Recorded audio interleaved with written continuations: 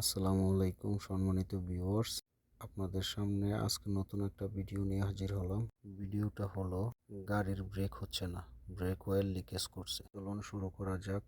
সর্বপ্রথম আমরা চাকাটা খুলে নিব, চাকার নাটগুলো সবগুলো খুলে নিব। ভিডিওটা দেখতে থাকুন, সাথেই থাকুন। যারা নতুন আছেন ভিডিওটা তাদের জন্য। তারপরে আমরা জগ দিয়ে চাকাটা উপরে তুলব, উপরে তুলতে হবে জগ দিয়ে। আমার সাথেই থাকুন। জগটা এরকমভাবে বাজাতে হবে যাতে জগটা পড়ে না যায়।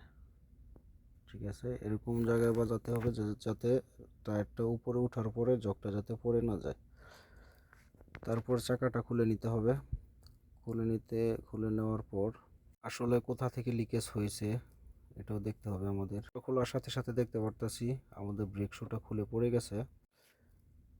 আর আপনারা হয়তো ভাবতে পারেন যে ব্রেক শুটা খুলে পড়ে গেছে, এর কারণ কি? ব্রেক শুটা খুলে পড়ে যাওয়ার কারণ হচ্ছে ব্রেক শুটা পুরোপুরি খেয়ে গেছে। খাওয়ার পর যখন লোহাতে গিয়ে বেজে গেছে তখন ব্রেক শুটা একবারে পাতলা হয়ে গেছে।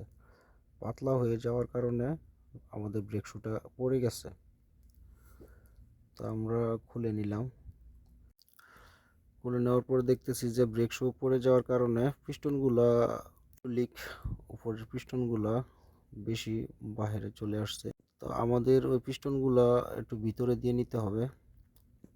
দেওয়ার পরে আমরা দুই সাইডে দুইটা ব্রেক শু লাগাবো। দেখেন কিভাবে ব্রেক শু লাগাতে হয়। আর শুধুমাত্র ভিডিওটা তাদের জন্য যারা নতুন গাড়ি চালাইতেছেন, গাড়ির কাজ জানেন না একটুও। ভিডিওটা শুধুমাত্র তাদের জন্য যারা নতুন, একবারে নতুন। ছোটোখাটো কাজ আমরা ইনশাল্লাহ ভিডিও দেখলে করতে পারবো। ছোটোখাটো কাজের জন্য ওয়ার্কশপে নিয়ে গেলে বহুত টাকা দিতে হয়, আপনার এই টাকাটা বেঁচে যাবে। আমার এই ভিডিওটা সম্পূর্ণ দেখুন, দেখলেই আপনারা ইনশাল্লাহ নিজের গাড়ির ব্রেক শু নিজেই চেঞ্জ করতে পারবেন। এখানে ভয়ের কিছু নাই। ইনশাল্লাহ ভিডিওটা দেখে চেষ্টা করলে ইনশাল্লাহ আপনারাও করতে পারবেন। আর ভয় করা যাবে না। একটা জিনিস সবসময় মাথায় রাখতে হবে, কোন পার্সটা কোন জায়গা থেকে খুলছেন ওইটা মনে রাখতে হবে। যাক, আমাদের ব্রেক শু লাগানো হয়ে গেছে। এখন আমরা ব্রেক শুর ওই সাইডে নাটটা লাগিয়ে দিব। লাগিয়ে দেওয়ার পরে ওই নাটটা লাগাতে হবে মোটামুটি ভালো টাইট দিতে হবে। বেশি দিলে প্যাঁচ চলে যাবে। একেবারে বেশিও দেওয়া যাবে না, একেবারে কমও দেওয়া যাবে না যাতে খুলে পড়ে যায়, এরকমভাবেও দেওয়া যাবে না। তো আমরা ব্রেক অয়েলের পাইপটা লাগিয়ে দিলাম ব্রেক অয়েলের পাইপটা। এখন আমরা ব্রেক অয়েল ঢালবো। ঢালার পরে পাইপের ভিতরে যে হাওয়াটা আছে ওইটা আমাদের করতে হবে। এটা বের করতে হলে আমাদের গাড়ি স্টার্ট করে তারপরে ব্রেক মারতে হবে। ব্রেক মারলে নিচে দিয়ে হাওয়ার সাথে ব্রেক অয়েলও কিছু বের হবে। যখন দেখবেন যে না পুরোপুরি ব্রেক অয়েল বের হইতেছে, বুঝবেন যে না ভিতরে আর কোনো হাওয়া নাই। তো ভিডিওটা দেখুন, দেখতে থাকুন। এখন আমি ইঞ্জিন থেকে ব্রেক যে পাইপটা আসছে ওই পাইপটার নাটটা টাইট দিতেছি। আর একটু দেরিতে টাইট দিতেছি কারণ যাতে হাওয়াটা যাতে পুরোপুরিভাবে চলে যায়।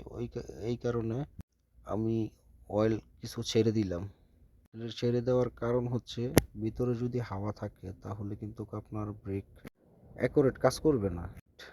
ব্রেক ব্রেকের কোনো মজা পাবেন না। ঠিক আছে, তো ওইটা লাগানোর সময় অবশ্যই ভিতরে যাতে হাওয়া না থাকে ওইভাবে করতে হবে। আর নাটগুলা অতিরিক্ত টাইটও দেওয়া যাবে না, কমও দেওয়া যাবে না। এখন আমরা পুরোপুরি হাওয়াটা ছেড়ে নিব। হাওয়া করতে হবে।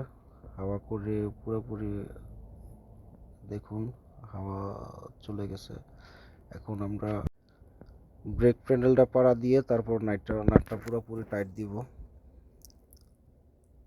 ইনশাল্লাহ আমাদের নাট টাইট হয়ে গেছে। নাট কিন্তু টাইট বেশি দেওয়া যাবে না।